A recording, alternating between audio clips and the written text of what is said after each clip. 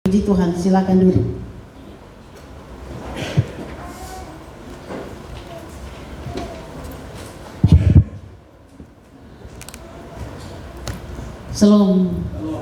Salam sejahtera untuk kita semua.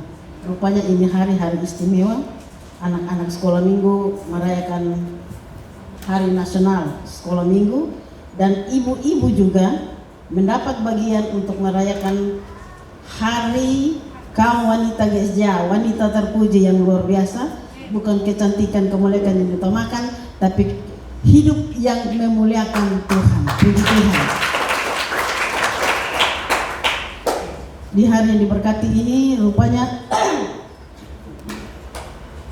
Departemen Kaum Wanita Nasional, Hari Nasional Kaum Wanita GSJ tahun 2023 memberikan satu tema untuk kita semua dalam bahasa Inggris. Kalau saya tidak salah baca, saya dulu tanya orang yang bisa bahasa Inggris, tapi saya pakai film. Inspiring Mom. Mau bacanya Mom, mana bahasa Inggris? Inspiring Mom. Dari 2 Raja-Raja 4 ayat 1 sampai 7. Inspiring Mom artinya ibu yang menginspirasi, adalah ibu yang mampu menjadikan batu-batu sandungan yang ada di hadapannya menjadi batu-batu pijakan untuk ia dapat melompat lebih jauh. Kata inspirasi saya cari di Kamus Besar Bahasa Indonesia. Di situ dibilang begini: inspirasi adalah ilham atau imajinasi yang berbentuk daya cipta atau kreativitas. Jadi inspirasi juga bertujuan untuk mengembangkan kemampuan dalam diri seseorang. Nah, saya ingat ini satu cerita. Waktu masih kecil ada cerita fabel tentang kancil. Pikir tuh tahu aku pembacaan firman Tuhan dari mana, biar aku penasaran dulu. Saya belum baca firman. Tapi Pak ini cerita dulu, setelah itu baru masuk ke firman Tuhan. Jadi ada satu cerita fabel kelinci. Kelinci ini mau menyeberang ke sebelah lewat sungai, sebuah sungai. Tapi di situ kancil. Di situ buaya itu tunggu dia. Ada beberapa buaya. Buaya bilang gini, ini makanan sedap sudah datang. Terus ini kancil dia berpikir, saya harus menyeberang. Ini buaya-buaya ini ada di sini. Caranya bagaimana? Ini masalah besar buat saya. Saya akan jadi mangsa ini musuh, tapi saya harus taklukkan dia. Jadi begini, dia pencara, dia bilang begini, woi buaya, beta datang kasih tahu bahwa akan kita mau perang dengan musuh. Jadi buaya bilang boleh, mau perang boleh. Buaya pikir begini, kok ini kancil ini tetap makanan ini, lu mau perang, tapi ya perang 1 lawan 1, soalnya bisa keroyok begini. Kayak musuh beta baru sendiri, musuh semua keroyok, kurang adil. 1 lawan 1, buaya bilang oke. Nah bosong ada berapa? Bosong ada berapa di situ? Betul belum tahu. Nah baris hitung. Jadi buaya baris dari sungai, baris. Beta hitung, lalu beta juga persiapkan beta punya pasukan.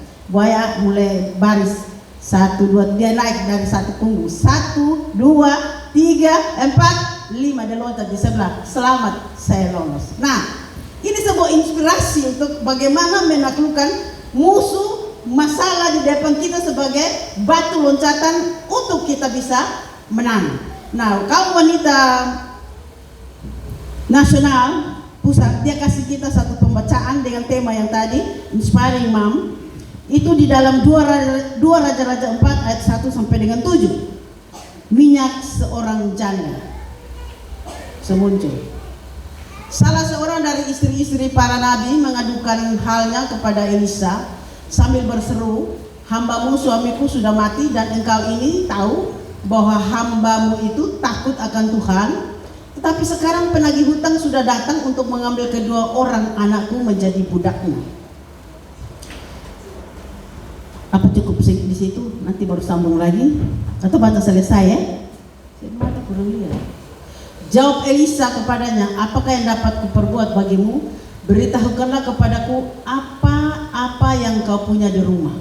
Berkatalah perempuan itu, hambamu ini tidak punya sesuatu apapun di rumah kecuali sebuah buli-buli berisi minyak.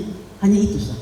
Lalu berkatalah Elisa, Pergilah, mintalah bejana-bejana dari luar, dari segala tetanggamu, bejana-bejana kosong, tetapi jangan terlalu sedikit. Kemudian masuklah, tutuplah pintu sesudah engkau dan anak-anakmu masuk, lalu tuanglah minyak itu ke dalam segala bejana, mana yang penuh, angkatlah. Pergilah perempuan itu daripadanya, ditutupinya lah pintu, sesudah ia dan anak-anaknya masuk, dan anak-anaknya mendekatkan bejana-bejana kepadanya, sedang ia terus menuang. Ketika bejana-bejana itu sudah penuh, berkatalah perempuan itu kepada anaknya, dekatkanlah kepadaku sebuah bejana lagi. Tetapi jawabnya kepada ibunya, tidak ada lagi bejana. Lalu berhentilah minyak itu mengalir. Kemudian pergilah perempuan itu memberitahukannya kepada abdi Allah, dan orang ini berkata, pergilah, jualah minyak itu, bayarlah hutangmu, dan hiduplah dari lebihnya engkau serta anak-anakmu. Saya suka sekali ini kalimat ayatnya yang ke-7. Dan hiduplah dari lebihnya engkau serta anak-anakmu. Puji Tuhan. Kalau kita dengar pembacaan tadi, kisah minyak seorang janda ini, dia punya masalah. Masalah yang dia hadapi ini, dia pikir, satu, suami saya itu seorang hamba Tuhan, takut Tuhan, tapi dia mati. Lalu masalah yang datang ini, anak-anaknya dikejar untuk sebagai tumbal ketika bapaknya bikin hutang. Nah, tentu kita semua ini punya masalah. Tidak ada orang yang hidup ini tidak ada masalah. Kalau orang mati diselurus di dalam peti es kubur, nah dia tidak ada masalah. Tetapi kita yang masih hidup ini punya banyak masalah. Masalah ekonomi, masalah kesehatan, masalah sosial, paling besar itu masalah hubungan. Hubungan kita, mungkin hubungan suami istri biasa ada masalah. Karena Tuhan bilang, musuh akhir zaman itu seisi rumah. Jadi tetap ada hal-hal yang kita harus perangi di dalam rumah tangga kita, hubungan kita, itu memang masalah. Masalah itu ada memang, jadi jangan heran. Lalu kadang-kadang ya masalah mertua dan menantu lah, masalah orang tua dan anak, masalah-masalah dalam tempat pekerjaan. Tapi saya mau bilang begini, kadang-kadang masalah itu sebenarnya kenyataan yang kita lihat yang tidak sesuai dengan harapan kita, ya toh? Kita maunya begini, kok kenyataannya begini, dan kita kecewa sekali, kesal sekali. Tapi kita sudah ada di dalam. Nah, bagaimana kita melihat persoalan masalah itu, kita pakai itu sebagai batu pijakan, batu loncatan untuk kita keluar dari itu masalah. Kita lihat ini janda. Kira-kira masalah janda ini tanpa nama. Saya belum pernah dapat dengar referensi janda ini nama siapa. Tapi kalau ada satu cerita di dalam Alkitab ditulis, berarti ada sesuatu pesan untuk kita. Nah, sekarang janda ini tanpa nama. Tapi kira-kira hal apa yang kita dapati dari cerita ini? Bukan minyaknya, bukan status janda ini, bukan juga Elisa, bukan juga ini anak-anak, tapi kira-kira apa di balik ini cerita yang kita bisa dapat? Aplikasinya dari cerita ini diselaraskan dalam hidup kita, supaya kita mengerti tema yang dikasih oleh Departemen Kaum Wanita Pusat ini, sebuah inspirasi, sebuah kreativitas dari setiap wanita. Ini hari wanita, jadi omlemannya wanita. Bapak-bapak dengar, bapak dengar, oh wanita itu harus begini. Jadi saya harus berbuat bagaimana? Wanita saya begitu, sesuai dengar-dengar. Kira-kira ada rema apa, ada terbersih apa. Jadi bagaimana menjadi seorang wanita inspiratif atau punya daya kreatif yang kira-kira begini. Saya menggolongkan tipe-tipe. Saya baca di Alkitab, saya pikir, oh waktu wanita-wanita yang penuh kreativitas, yang punya inspirasi yang hebat itu Saya lihat kira-kira saya yang bikin dia punya grafik ya, saya kira-kira ada yang kadarnya dia punya menita kreatif itu di kadar tinggi, ada sedang, ada rendah. Nah, kalau tinggi, saya pasang itu orang yang tinggi sekali itu Esther, Ratu Esther. Bayangkan ini perempuan hebat ini. Saudara tahu kan cerita Ratu Esther? Dia kan mereka dibawa ke Babel, ditahan di sana. Bukan. Ya di Babel juga masuk daerah jajahan Babel toh. Pak Gembala aku dia omong salah. Kira-kira begitu. Tapi ceritanya Esther begini. Ketika dia sudah menjadi Ratu Esther, ternyata dia punya musuh Haman ini benci sekali orang Yahudi. Dia kasih tahu raja, bilang raja, ada satu bangsa di dalam ini kerajaan raja, mereka punya hukum sendiri. Dan itu sangat berbahaya buat raja. Raja kasih beta kesempatan, nanti beta kasih raja perak.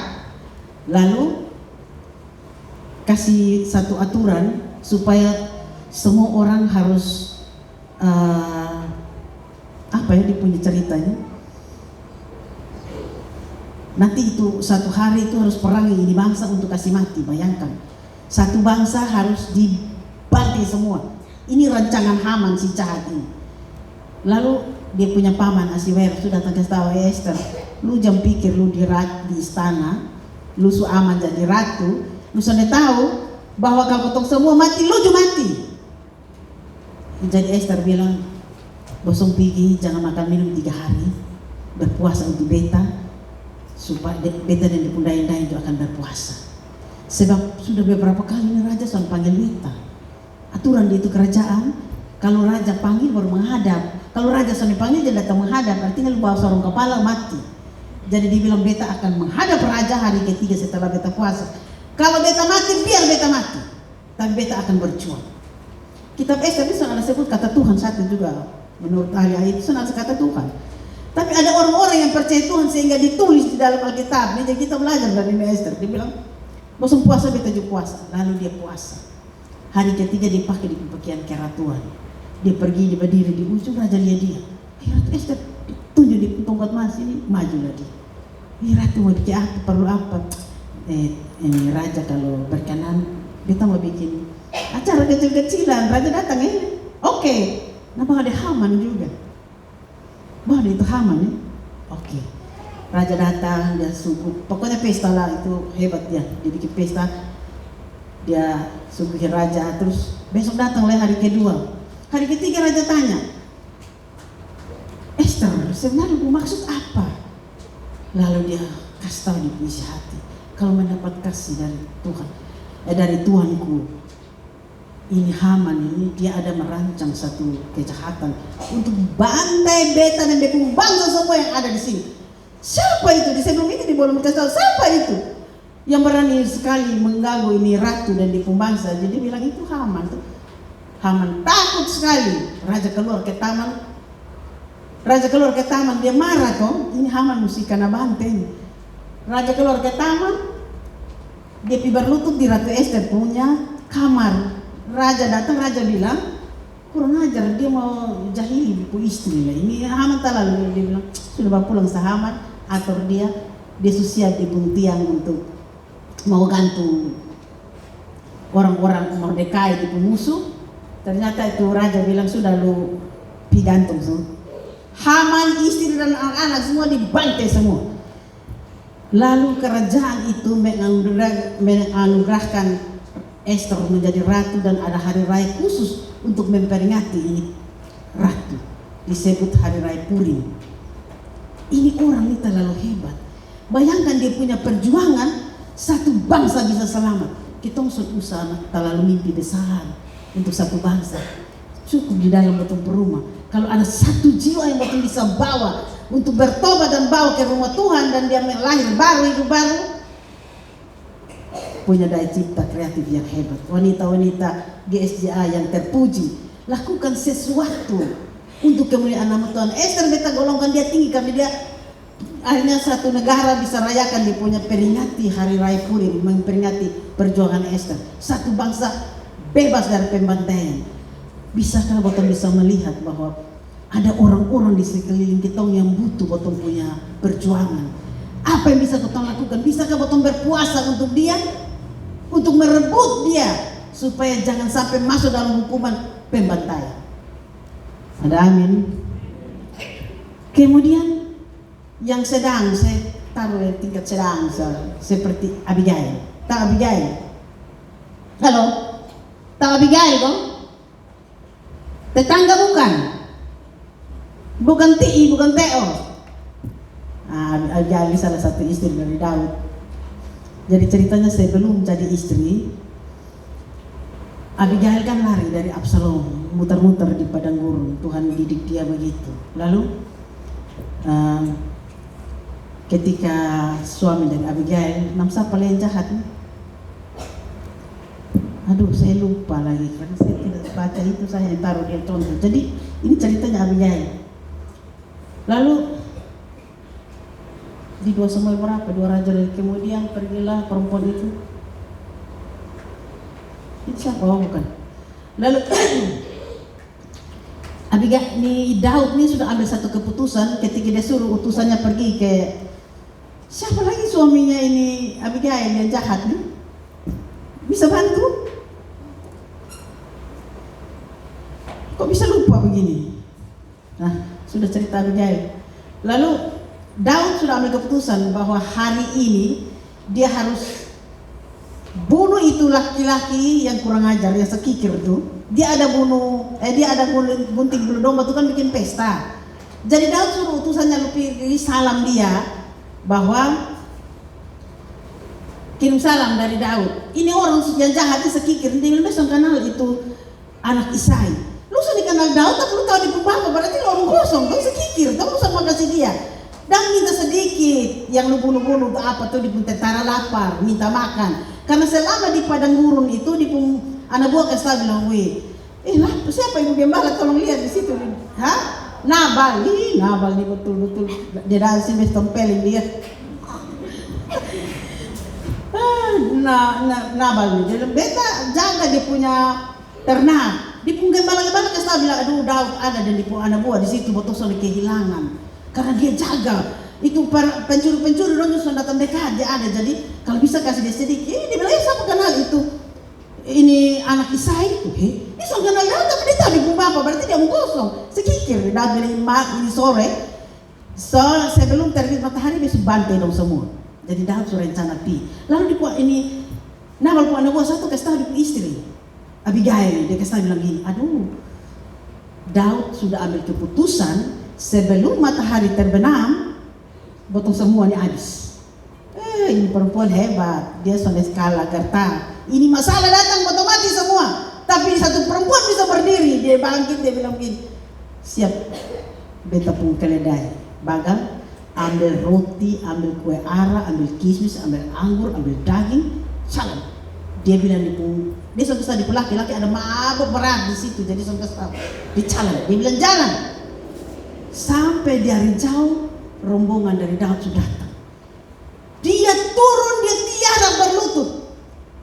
Dia berlutut, dia minta maaf bahwa lu putusan datang, beta sudah tahu. Tapi sekarang ampuni dia karena dia itu orang bencana, dia orang wataknya memang keras, memang dia jahat. Tapi lu perkenankan beta nih, beta dengan kerendahan hati beta datang. Dan ingat Tuhan, kalau Tuhan berbuat di hari ada darah yang tertumpah, Tuhan ingat Tuhan ini orang benar. Kalau Tuhan jadi raja nanti, nyawa Tuhan tuh ada terlindung di dalam selubung karena Tuhan tidak membuat satu pertumpahan darah. Jadi artinya Tuhan tidak ada hutang darah, jadi Tuhan juga aman dalam lindungan Tuhan. Daud itu kaget sekali. Daud bilang begini, pertama dia bilang gini, terpujilah Tuhan Allah dan terpujilah engkau, karena hari ini engkau menolong aku untuk terlepas dari hutang darah. Perempuan siapa yang seperti Abigail ini? Dia lihat masalah, dia tidak takut, dia datang dan dia hadapi. Dia ini bilang satu batu loncat. Dia tanya begini, Tuhan, kalau Tuhan jadi raja, ingat beta. Coba yang bisa ngomong begitu, Tuhan jadi raja, ingat beta. Batu loncatan untuk dia apa? Kalau dia jadi istrinya Daud. Karena Daud ingat dia, ini perempuan cerdas, ini perempuan pintar, ini perempuan bisa halangi dari langkah untuk tidak jahat. Ibu-ibu, Kita punya kekuatan potensi untuk menghalangi satu kejahatan. Kalau laki marah, tolong. Caranya bagaimana ini hadapi laki-laki yang tukang marah-marah begini, laki-laki yang tukang mabuk begini, laki-laki yang Alkitab Abigail itu laki-laki dursila, itu laki-laki yang kurang bagus. Kita punya potensi itu, jadi masalah kita itu ada sesuatu hal yang kita bisa pakai untuk kita maju lagi. Daud, di perkataan saya baca pertama beta pikir kalau dia jadi pemimpin, ingat beta dapat proyek, iya toh? Ini orang dekat, orang besar ini dapat proyek, dapat kerja, dapat keuntungan. Dia jauh itu kalian kalau engkau jadi raja ingat saya. Pulang Tuhan hantam di pelaki mabuk berat, 10 hari koma, terkuju mati. Tuhan pukul dia mati. Setelah habis masa perkabungan, dah kirim utusan minta dia datang jadi raja. Naik level status lebih tinggi, istri seorang calon raja Israel yang hebat. Tepuk tangan buat Tuhan Yesus. Kita ini sudah itu masalah-masalah baru loncatan untuk naik. Bukan tetap di situ, tapi ada sesuatu yang akan merubah hidup kita untuk maju ke depan. Ada amin? Dan saya kasih kategori ini satu kreativitas yang paling rendah nih, Rahel, istri kedua dari Yakub. Rahel ini kan cantik. Yakub itu tergila-gila dengan dia, jadi mau nikah. Tahu-tahu waktu hari pernikahan, tahu model pernikahan dulu macam apa ya? Kau waktu nikah, Yakub sudah tahu, sudah pilih dia istri, model mengkali. Atau model ke, saya pernah lihat film-film Cina kuno, kalau menikah laki-laki dan perempuan pakai pakaian, tapi mungkin tidak tahu. Lalu baca perjanjian pernikahan dan dianggap sah. Jadi tinggal bawa ini perempuan datang ini lupu suami, atau bawa ini laki-laki datang ini lupu istri. Mungkin begitu, tapi kurang tahu cara pernikahan waktu zaman itu. Jadi waktu nikah itu malam, lalu mereka tidur.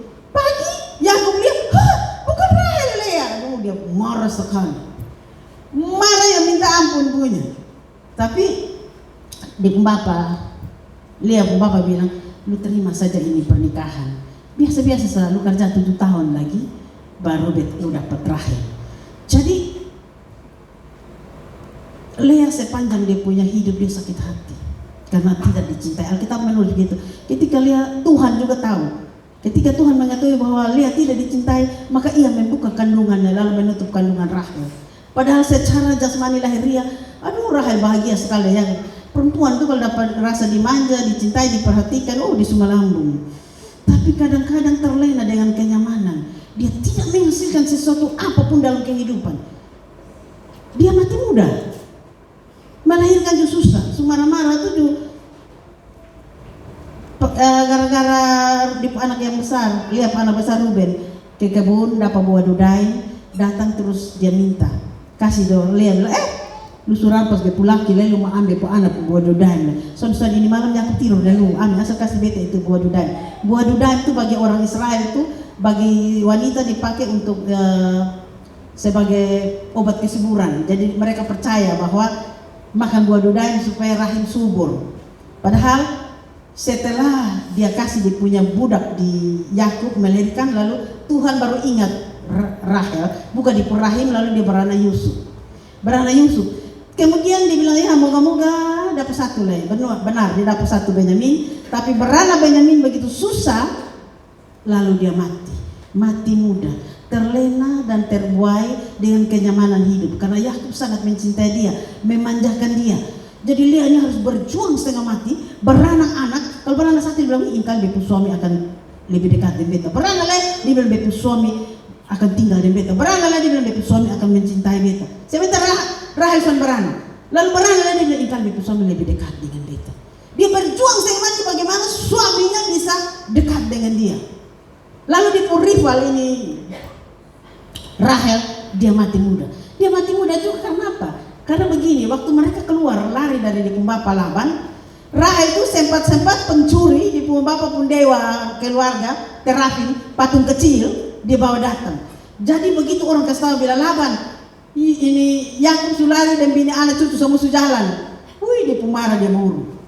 Dia buru begini, tapi Tuhan datang malam-malam dia bilang gini, lu jangan coba-coba kasih keluar kata yang negatif terhadap Yakub ya. Lu awas, jangan. Pergi ketemu saja. Dia bilang gini, Soniko, Dia sudah lapor beta bilang ini, biar becim bepo anak, bepo cucu, dan dia lari sah. Tanya saja, kenapa kalau lari? Beta takut lu tahan bepo anak cucu di beta jalan, besok rindu pilu punya kami.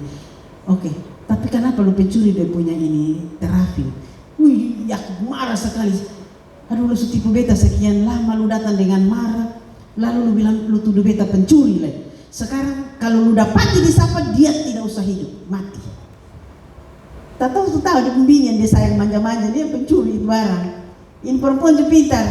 Dia ambil, dia taruh di pelana keledai, dia duduk di atas, dia bilang, ayah maaf ya, aku tidak bisa turun kan aku lagi haid. Dan cari bongkar di kemah semua, dia dapat itu barang. Jadi dia duduk di bawah, baru dia bisa turun dan dia ada haid. Tapi karena sumpah dari Yakub. Sumpah dari Yakub jadi beranak anak kedua, mati muda. Kenyamanan tidak membawa kita ke hal-hal yang menguntungkan. Jadi masalah persoalan dalam hubungan suami istri, sabar, tahan, karena ada sesuatu buah yang baik untuk itu. Hasil dari Lea, ketika Lea waktu Yakub mau mati, dia bilang apa? Kuburkan saya di samping Lea, di pekuburan di Purleluhur. Di situ ada di Pumba ini siapa? Abraham, Ishak ada di situ. Lea juga kubur situ, sedangkan Rahel kubur di padang Efrata di luar rata sana. Hanya satu kenangan saja. Jadi kenyamanan ini kadang-kadang kita tidak bisa membuat satu kreativitas. Biar masalah ada di depan, ingat itu batu loncatan.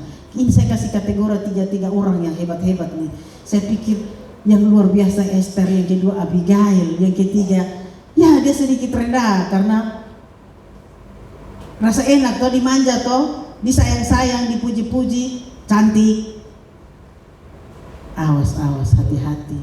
Kalau suami baik-baik, belum tentu dia baik betul. Ada orang yang begini, dong posting di Facebook, firman Tuhan, bapolo sayang. Padahal tahu laki ada rajin di karaoke. Laki kalau lihat kalau mau terima HPP di luar sana, ada apa bla-bla. Kenapa? Oh, dikasih nama di situ Simon. Nah, tahu begitu angka Simon, tahu, halo mas, kok kita udah tunggu belum datang? Simon yang menyau. Jadi hati-hati dengan kenyamanan, jangan sampai kita kena tipu. Dan biar ada goncang-gancing badai dalam rumah tangga, oh ini bagus, ini batu loncatan untuk saya. Saya akan jadi wanita yang hebat. Karena apa? Kita belajar dari perempuan ini.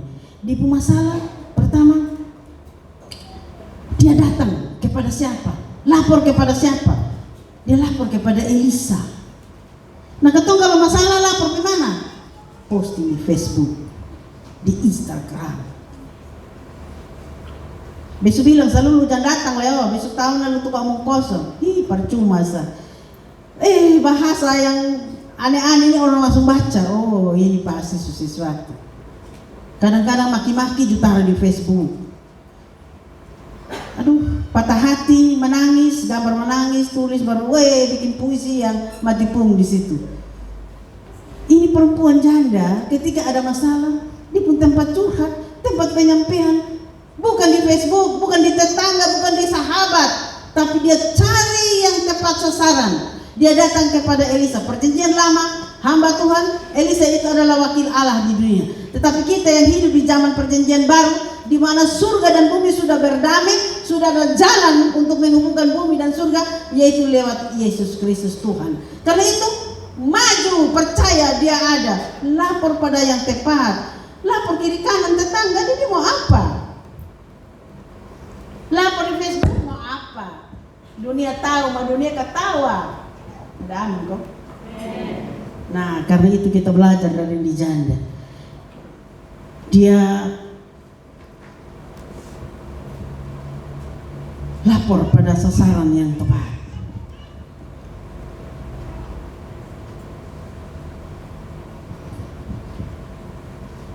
Sekarang saya mau bicara tentang ini janda nih, kita lihat di permasalahan. Ini akar masalahnya. Pertama, dia bilang, lapor datang, dia bilang begini.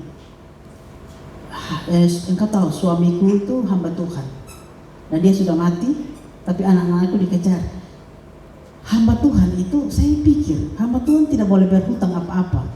Di Roma bilang begini, jangan kamu berhutang apa-apa. Kalau hamba Tuhan itu tidak suka berhutang. Kalau hamba yang bukan hamba Tuhan Yesus tuh memang banyak utang. Kan itu Ulangan bilang kamu akan memberi pinjaman dan kamu sendiri tidak meminjam. Kalau kita tuh sampai itu target, berarti kita betul-betul jalan di jalan yang Tuhan mau. Tapi kita masih pinjam sana, pinjam sini, terputar. Omong kosong banyak-banyak. Kita harus pikir-pikir, betul sampai di situ belum. Ini ada masalah apa? Jadi ini utang apa yang bapak sumati, kok anak itu tanggung? Kalau utang yang biasa itu kan anak-anak ingin siapa yang bikin utang? Utang bapak, dia sumati, pitanya dikubur sana. Iya toh?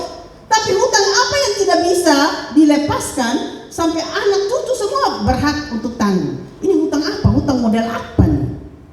Jenis utang model apa? Keluaran 20 ayat 5, tolong.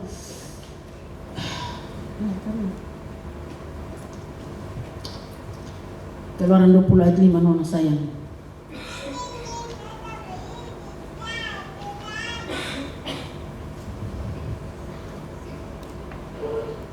Ya.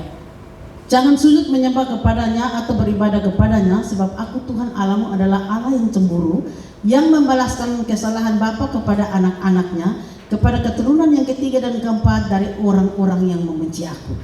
Nah, ini hutang ini dia akan bayar sampai keturunan keempat, mendakwa kita sampai keempat. Ratapan 5 ayat 7 nona. Ratapan 5 ayat 7. Di ayat kedua supaya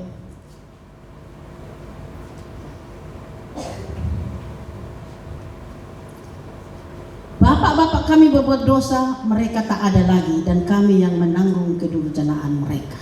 Ini ketika orang Israel dibuang di Babel 70 tahun. Mbak ini yang bikin, kok kau yang tanggung? Halo, jangan tegang-tegang, tapi berpikir tentang ini ayat ini, bahwa ada satu ayat penghiburan di 1 Petrus 2 ayat 19. Kadang-kadang ketemu sadar bahwa ada akan kehendak Allah menanggung penderitaan yang tidak harus kita tanggung. Jadi begini, saya mau kasih contoh ini ayat 1 Petrus 2. Sebab adalah kasih karunia jika seorang karena sadar akan kehendak Allah menanggung penderitaan yang tidak harus dia tanggung. Nah, kita kasih contoh Hagar. Hagar itu dia jadi budak dari Sarai istri Abraham. Lalu ada satu kesempatan kalau Sarah kasih izin Hagar untuk tidur dengan Abraham, berarti Hagar itu akan naik level, dia akan terlepas dari status budak. Lalu dia punya anak itu harus lahir di dalam rumah Abraham supaya anak itu mendapat status sebagai anak Abraham. Nah, tapi dalam perjalanannya waktu ketika Hagar mulai hamil, dia mulai anggap enteng Sarah. Sarah menuntut dia punya hak di Abraham. Beta yang kasih selalu Hagar, sekarang dia sudah hamil, dia mulai angkat kepala dan beta. Dia merebut dari posisi. Abraham dan soleh Sarah, dia sana akan rebut dari posisi. Lu bawa, dia di bawah lu kuasa. Lalu Sarah mulai tekan dia. Lu kan status budak tetap budak. Lalu Hagar berusaha untuk lari. Sampai dalam perjalanan itu ada dia semua menangis, dia semua menangis. Lalu suara malaikat itu datang, tanya dia, Hagar, dari mana asalmu dan hendak kemana? Masa Tuhan sudah tahu Hagar asal dari mana, mau kemana dia sudah tahu? Tuhan itu kan maha tahu. Tapi pertanyaan ini memberikan satu spirit untuk kita bahwa tahu, Sarah, lu harus tahu lu punya asal. Lu punya status itu budak gara-gara Ham. Ham itu karena kutuk tuh, diturun akan jadi budak gara-gara bapak tukang gosip. Jadi kalau suka lihat orang aib coba gosip, itu bikin anak pulang ke hidup nanti jadi kutuk, jadi diperbudak oleh suatu roh, entah budak mabuk ke, budak seks bebas ke, budak utang ke, itu budak. Karena itu hati-hati. Bapak-bapak jangan tanam kesalahan supaya keturunan baik. Berusaha, kenapa ini orang tukang utang, seks bebas, soalnya tobat-tobat, nakal, pencuri, omong kosong. Ada apa ini? Ini roh dari mana? Nah, Hagar itu ditanya, lu asal dari mana? Lu mau kemana? Pulang dan biarlah engkau tekan oleh nyonyamu, sebab nanti itu anak akan ada 2 raja. Nah, botong kadang-kadang harus menanggung satu penderitaan yang sebenarnya botong soni tanggung. Botong soni tahu ini dari mana? Bertahan, sabar, percaya. Di balik ini duka cita pasti ada sukacita di balik. Sabar. Kenapa? Karena Kristus sudah datang untuk meletupi itu semua, itu pemerintahan, itu dakwaan di kayu salib. Siapa yang percaya di dalam Yesus, dia tidak ada dalam hukuman. Janji Tuhan itu ya dan amin. Tapi kau tuh harus bayar harga. Sabar saja. Perempuan ini tahu ini akar masalah, bahwa dia punya laki membuat kesalahan, makanya mati. Dan ini pendakwa datang kejar anak-anak saya harus berdiri untuk menyelesaikan masalah ini. Wanita melambang gereja. Gereja akan hadir di dunia untuk membawa berita baik bahwa di dalam Yesus ada pelepasan, ada kebebasan, ada kemenangan. Karena itu masalah hidup kita, apapun yang menghimpit kita, percaya bahwa setelah lewat ini malam yang gelap, besok pagi ada matahari terang. Kita akan lihat hari yang baru, hari kemenangan, karena Yesus sudah menang atas hidup kami. Ada amin? Karena itu Bapak, Mama, saudara-saudara, di hari yang berbahagia ini kita belajar. Kita harus mengerti akar permasalahan. Lapor pada sasaran yang tepat. Jangan lapor pada orang. Kalau kau dengan suami ada masalah, jangan cerita keliling dunia. Jangan cerita tetangga. Jangan angkat HP. Kalau dengar lo bebas cerita selalu, bebas curhat selalu, ada begini-begini. Tidak perlu. Masuk kamar. Lihat dia punya ini. Kita kalau mengerti, kita curhat kepada Tuhan. Berita baik untuk setiap ibu di Kolose 2 ayat 14. Tadi saya susun sedikit, coba nak. Kolose 2 ayat 14. Jangan menghapuskan surat hutang yang oleh ketentuan-ketentuan hukum mendakwa dan mengancam kita, dan itu ditiadakannya dengan memakukannya pada kayu salib. Berarti Yesus sudah memakukannya di kayu salib. Karena itu taruh iman kepada Tuhan bahwa persoalan masalah saya ini pasti Yesus selesaikan.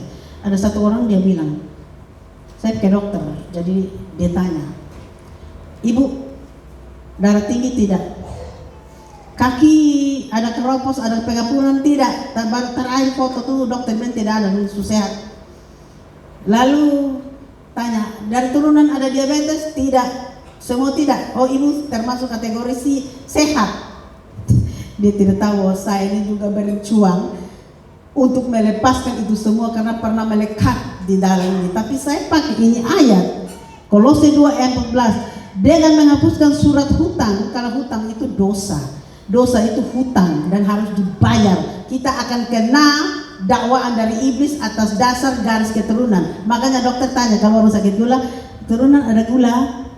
Oh iya, bapak saya gula, makanya saya gula. Kalau saya tidak mau pakai itu.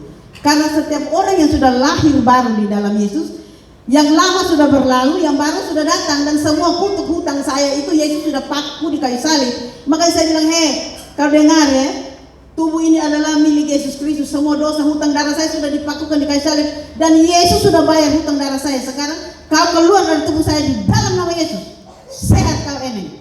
Sehat, diperiksa tidak ada gula. Jadi saya percaya bahwa ini ayat ini menjanjikan sekali. Asal kita lapor pada tepat. Kita lapor di orang-orang kasih tahu minum ini ya, minum itu ya, minum ini ya. Nah kalau dia punya informasi itu didapat dari dunia terang baik. Tapi kalau datang dari dunia gelap, ya toh waktu orang tua dulu kan sombong-sombong. Dapat pewahyuan dari lubang gua, dari kayu, dari pohon, lalu dia kasih obat orang, lalu itu orang sembuh, lalu potong pegang itu aturan, itu informasi. Sonde koreksi, ini dari dunia terang atau dunia gelap. Kalau suruh ke medis, sonde mau. Pidukun mau bilang dia orang pintar. Padahal ABC sonde tahu, tapi dia disebut orang pintar, orang bisa, orang jago. Hati-hati. Arahkan matamu, lapor pada orang yang tepat. Orang yang tepat yang bisa menolong kita hanya satu, Tuhan Yesus. Karena dia sudah dari surga turun ke bumi, jalan sudah buka. Tak usah cari hamba Tuhan yang datang, birokrasi terlalu panjang. Harus begini, harus begitu, aduh ribet. Tuhan tuh dibilang apa? Dapat yang cuma-cuma, beri yang cuma-cuma. Tetapi dia orang, terlalu banyak aturan, birokrasi terlalu panjang. Karena itu stop. Ada amin. Yang kedua, pijakan yang kedua, dia bilang begini, aduh. Jawab Elisa kepadanya, apakah yang dapat kuperbuat bagimu? Beritahukanlah kepadaku apa yang engkau punya di rumah. Berkatalah perempuan itu, hambamu ini tidak punya sesuatu apapun di rumah kecuali sebuah buli-buli berisi minyak. Aduh, sonde punya apa-apa. isi minyak, hanya ini sah. Soalnya punya tabungan, soalnya punya deposito, soalnya ada barang mas, soalnya ada. Mau apa nih? Hanya ada puli-puli di ini minyak. Mungkin ketong soalnya punya apa-apa, tapi ketong ada punya satu potensi dalam ketong pun diri. Ada satu hamba Tuhan, dia bilang begini, kalau tidak ada beras tapi ada tangan. Beta punya teman, beta kasih cerita dia, datang cerita beta kagum sekali dia. Dia dengan laki bercerai, anak masih kecil-kecil, anak ada 4. Lalu dia menangis, dia pikir beta ini bikin apa ya? Ini anak-anak butuh makan. Oh, dia masih ada tenaga. Beta berusaha. Dia pergi di tukang jahit. Biasa orang kan bawa untuk menjahit baju robek, tapi mari bantu jahit. Yang penting dia bilangin hari beda apa dulu untuk beli beras kasih tenang dalam rumah. Terus besok lagi dia pikir, beta harus bikin apa? Oh, beta cari orang pun kue. Dia jalan pitawar di rumah-rumah, di kantor-kantor. Jadi mulai dari itu dia mulai ada jalan, dia usaha jualan parfum, jualan pakaian. Apa jadi bilang ini? Beta tiap hari mesti bergerak. Yang penting dia punya motor ada bensin, beta punya listrik ada pulsa, beta punya rice cooker ada beras, beta anak dong makan. Sampai di anak dong besar, anak dong sekolah di Jawa, kuliah, sampai sarjana, dapat pekerjaan, sampai kawin. Sekarang dia per rumah, dia bikin rumah sah, ada berapa banyak rumah batu, ada motor, ada oto dia kasih orang. Itu dari itu jual kecil-kecil ini. Kalian ambil ini kantor-kantor semua. Jual kue, jual keripik, apa saja dia mau taruh. Jadi beta kagum sekali dia. Sekarang dia hanya duduk sah. Dia bilang, beta motor ada orang pakai, jadi beta jam sekian beta di situ tengah store. Beta mau makan kan, ini beta traktir loh. Ya traktir beta. Lu jaga BPNS, mau pikir. Uang pas-pas untuk makan. Jadi beta kagum sekali dia. Terlalu ule. Nah dia bilang gini, beta son akan pergi bepu saudara mengeluh. Kok dia susah ke beta. Lalu waktu itu hanya duduk mengeluh satu untuk apa? Bangkit, masih ada tangan nanti. Ini perempuan bilang gini, son punya apa-apa lain. Sedikit minyak dalam buli-buli. Ketuk sedikit potensi, setiap wanita, setiap perempuan, setiap manusia, Tuhan itu ada kasih skill. Ada 5, ada 2. Yang satu, yang paling celaka itu kalau dia kubur dalam tanah. Dia kubur di dalam sapu tangan, dia pegang. Lalu Tuhan datang, dia bilang, mana bepung kasih selalu tuh, talenta itu di mana? Beta kubur dalam tanah karena engkau adalah Tuhan yang jahat. Engkau akan menuai di tempat yang engkau tidak tabur. Jadi aku menguburkannya. Hamba yang jahat dapat hukuman. Beta suka ini kalimat yang dibilang engkau adalah menuai di tempat yang tidak tabur. Saya pakai ini prinsip dalam hidup ini. Saya harus menabur, tapi saya percaya saya tidak akan tuai di tempat yang saya tabur. Saya akan menuai di tempat orang lain. Maka itu kita harus bisa berbuat baik kepada orang. Jangan mengharapkan dia itu harus balas yang sama. Kita ini terjebak dengan tradisi adat. Lu kasih beta berapa nanti bebalas di lusa aja itu. Oh tidak alkitabiah. Anda tidak akan melihat mujizat. Anda tidak akan mendapatkan berkat yang berlimpah. Karena apa? Pikiran Anda tidak ada firman Tuhan. Tuhan itu dia lu menabur, nanti lu menuai di tempat yang lu sudah tabur. Jadi kalau tolong orang, kasih kanan kiri kamu bisa tahu. Ada amin. Gak ada mau tulis buku dong, beta suka kasih ini masih tahu. Kalau nanti di beta datang di beta giliran dia kasih berapa? Jadi ya beta kasih begini baru di beta begini. Tidak akan melihat mujizat dalam hidup. Kenapa? Karena kita berontak terhadap firman Tuhan. Kita melawan terhadap firman Tuhan. Kita tidak tunduk dalam firman Tuhan, tapi kita rajin beribadah. Makanya Tuhan bilang, mereka memang giat untuk aku, rajin beribadah, tapi hatinya menjauh daripadaku. Kalau hati yang jauh dari Tuhan, mau lihat mujizat jauh hampir kilo. Berdoa sampai terputar-terputar di situ, tidak pernah melihat karena pikiran kita tidak diisi dengan kebenaran firman Tuhan. Ada amin. Nah karena itu gali itu potensi yang ada dalam kita. Bangkit. Sekecil apapun dalam hidup kita, pasti Tuhan berkati. Jangan bersandar di manusia, jangan percaya di manusia. Jangan stop, percaya. Apapun yang kita kerjakan, Tuhan bilang begini kepada mereka, karena siapa yang mempunyai kepadanya akan diberi sehingga ia berkelimpahan, tetapi siapa yang tidak mempunyai apapun juga yang ada padanya akan diambil daripadanya. Karena itu hati-hati. Ingat ini, hamba Tuhan itu bilang, tidak ada beras tapi masih ada tangan. Bukan pakai pencuri, tapi bekerja untuk berkarya. Ada amin? Nah, lalu ini saya bilang, nanti pinjam bencana tetangga, masuk dengan anak-anakmu, tutup pintu, lalu mujizat jadi. Kenapa dia hanya harus tutup pintu? Ada apa? Saya mau bilang, berdoa adalah sarana membuka jalan berkat. Kekurangan masalah itu tidak usah gembor-gembor di mana-mana. Jangan pergi menghadap saudara bilang, wih beda susah, beda datang di luni karena beta tahu luni saudara pasti lu tolong.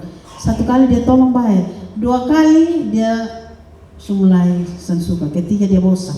Karena Amsal bilang begitu, jangan datang ke rumah sesamamu pada hari malammu supaya ia tidak bosan dan membenci engkau. Itu firman Tuhan bilang begitu, agar kita supaya jangan bergantung di orang. Masuk kamar dan tutup pintu, berdoa. Karena Tuhan bilang di Matius 6, dia bilang, kalau kamu mau berdoa masuk kamar tutup pintu, supaya Bapamu yang tersembunyi akan melihat hal-hal itu dan menjawab kita punya permohonan. Karena itu Elisa bilang, tutup pintu kau dan anak-anakmu. Jadi salah satu pijakan kita itu ialah berdoa. Berdoa dan tidak jemu-jemu, dan percaya Tuhan punya berbagai cara untuk menolong kita keluar dari masalah. Tapi dengan masalah kita mencerita kiri kanan, lari sini sana. Apalagi beta, kalau orang bilang beta Tuhan tolong beta lebih masalah ini, beta juga punya masalah banyak, beta pekerjaan banyak, kerja di rumah banyak, duduk dengar, lalu beta mau bikin apa? Ini Elisa juga bilang, aduh apa yang dapat kuperbuat kepadamu? Elisa juga bisa, hamba Tuhan juga bisa. Tapi dia hanya arahkan, tutup pintu dan berdoa, pasti Tuhan bikin mujizat. Ada amin? Jadi doa adalah pembuka jalan berkat. Nah, wanita inspiratif, wanita yang cakap adalah wanita yang diberkati dan siap diberkati. Ini ayat yang ke-7 terakhir ya. Jadi kasih hidup hati, pikiran, jangan gelap-gelap. Kemudian pergilah perempuan itu memberitahunya kepada Abi Allah, dan orang ini berkata, pergilah, jual minyak itu, bayarlah hutangmu dan hiduplah dari lebihnya. Engkau serta anak-anakmu, ibuku suka kata lah, hiduplah dari lebihmu. Nah, orang-orang yang punya kelebihan ini berarti dia bisa memberi. Dia betul pikir, oh kalau begitu kelebihan dalam finansial, dalam materi. Bukan itu, Alkitab bukan bilang begitu. Amsal 11 ayat 24, dia bilang begini, ada yang menyebar harta tetapi tetap bertambah kaya. Ada yang menghemat secara luar biasa namun selalu kekurangan. Aduh. Jadi ini kemana maksudnya ini? Tapi bagaimana betul bisa hidup lebih? Katakan mau begitu toh. Kalau ada lebih, Bapak beta kasih ya. Kapan mau lebih? Kurang terus. Karena tingkat kebutuhan orang kan berbeda-beda. Dia banyak, belum tentu dia lebih. Dia kurang, belum tentu dia mengumpulkan banyak, tidak berlebihan ya. Mengumpulkan sedikit juga tidak kekurangan. Orang hidup itu pas. Tapi bagaimana ini orang bilang gini, hidup yang lebih itu yang bagaimana? Menurut Alkitab ada contoh. Saya catat di dalam Markus 12 ayat 33 sampai 44. Situ dibilang begini. Ketika orang ada di bait Allah, satu janda masuk. Nah, orang-orang kaya masuk duluan, tuh tahu. Cum banyak-banyak. Lalu ini orang satu janda miskin. Alkitab tulis begitu, satu janda miskin. Datang dia taruh di pondok kecil sah. Tuhan bilang begini, dia sudah memberi dari kekurangannya, tapi dia lebih. Dia memberi lebih karena dia memberi dari kekurangannya. Bukan saja kekurangan, tapi seluruh hidupnya ia berikan kepada Tuhan. Ternyata Tuhan itu tidak cari nominal dalam satu pemberian. Tuhan bukan cari itu. Tuhan cari kita punya hidup yang benar, yang kita bawa kepada Tuhan. Kalau kita punya nilai mau kasih uang di gereja, nilai yang besar bukan berarti Tuhan senang, bukan. Karena orang kaya dia bisa memberi banyak. Kasihan orang miskin. Jadi orang miskin bisa masuk surga, kan dia bisa memberi. Tapi Tuhan mau hidup kita kaya atau miskin, hidup kita ini kita pakai untuk memuliakan Tuhan. Tangan ini pakai untuk memuliakan Tuhan, bukan tangan ini pakai salah mata pencuri. Tangan ini mata lihat, serahkan mati. Kadang-kadang bukan kebutuhan, tapi beli-beli sampai di rumah, su ada, kau beli lagi. Nanti untuk orang yang susah mau perlu juga, soalnya ada. Kenapa? Karena memuaskan kita punya hawa nafsu. Mata dipakai, tangan, kaki semua pakai untuk memuliakan Tuhan berarti hidup kita bagaimana kita mengendalikan supaya mengerti kehendak Tuhan dan mana yang bukan kehendak Tuhan supaya aman. Kalau tidak kita pikir kita, aduh, Tuhan tidak bisa disogok dengan uang. Jangan pikir uang banyak karena di gereja Tuhan senang. Ada satu orang yang begini, di dalam puntas tuh kalau mana yang besar kasih di Tuhan. Ya bagus, itu ajaran memang bagus.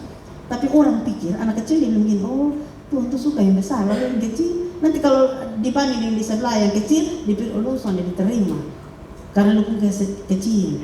Nah kadang lihat nilai gereja butuh itu karena listrik ini bukan proyek thank you, jadi listrik menyala pilih PLN thank you.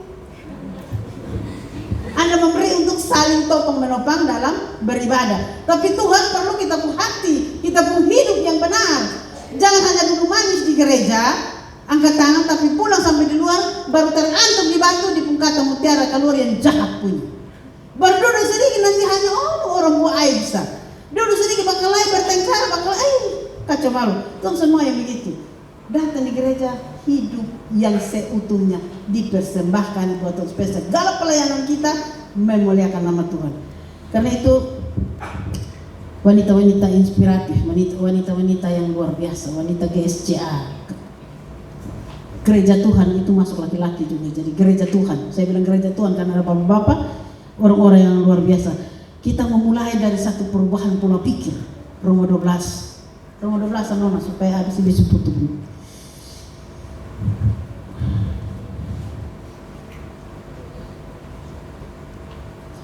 Karena itu saudara-saudara dengan kemurahan Allah, aku menasihatkan kamu supaya kamu mempersembahkan tubuhmu sebagai persembahan yang hidup, yang kudus dan yang berkenan kepada Allah. Itu adalah ibadah yang sejati. Jadi bukan uang yang utama tapi hidup yang memuliakan Tuhan. Itu janganlah kamu menjadi serupa dengan dunia ini, tetapi berubahlah oleh pembaharuan budimu, sehingga kamu dapat membedakan manakah kehendak Allah, apa yang baik, yang berkenan kepada Allah dan yang sempurna. Jadi hati-hati dengan kita punya cara berpikir. Karena pikiran kita kalau salah itu akan menjadi satu tindakan. Tindakan itu akan menjadi satu kebiasaan. Kebiasaan itu akan menjadi kita punya karakter. Jadi orang langsung baca, oh di model begini. Karena kita punya cara berpikir yang salah. Tapi kalau berpikir menurut kehendak Tuhan, kita tidak akan serupa dengan dunia. Kita tahu bagaimana menghadapi setiap situasi sulit dalam kehidupan kita. Kita pakai itu sebagai batu pijakan, batu lompatan supaya level rohani kita naik. Perempuan ini perempuan yang hebat. Dia sangat inspirasi, yang memahami masalah menjadi batu loncatan untuk hidup kerohanian yang bertumbuh, hidup dari lebihnya. Berarti ada kelebihan, susun kekurangan, susun ada masalah, semua sudah diatasi karena pertama dia tahu kepada siapa dia datang lapor. Kedua, dia punya potensi apa yang dia bisa kembangkan supaya dia tidak percaya kepada manusia, tidak bergantung kepada manusia. Ketiga, dia tahu bahwa mujizat itu bisa terjadi dalam hidup saya kalau saya suka berdoa. Berdoa atau cari orang berdoa sendiri. Karena Tuhan dia masuk kamar, tutup pintu dan berdoa. Dan dia tahu bahwa setelah dia selesai menanggung setiap masalah, pasti ada jalan keluar. Karena percobaan-percobaan yang kita alami adalah percobaan biasa. Allah akan memberikan kita jalan keluar supaya kita lebih dari pemenang. Wanita-wanita yang hebat, wanita-wanita inspiratif. Pandang mata tertuju terus kepada Yesus, menggunakan potensi dan skill yang ada. Doa terus, jangan jemu-jemu, dan percaya bahwa masalah sarana untuk naik level, meloncat lebih jauh. Ada amin? Amin. Saya waktu membaca ayat ini saya ingat satu lagu, doa mengubah segala sesuatu. Apakah silakan pemain musik, mari ambil tempat di depan.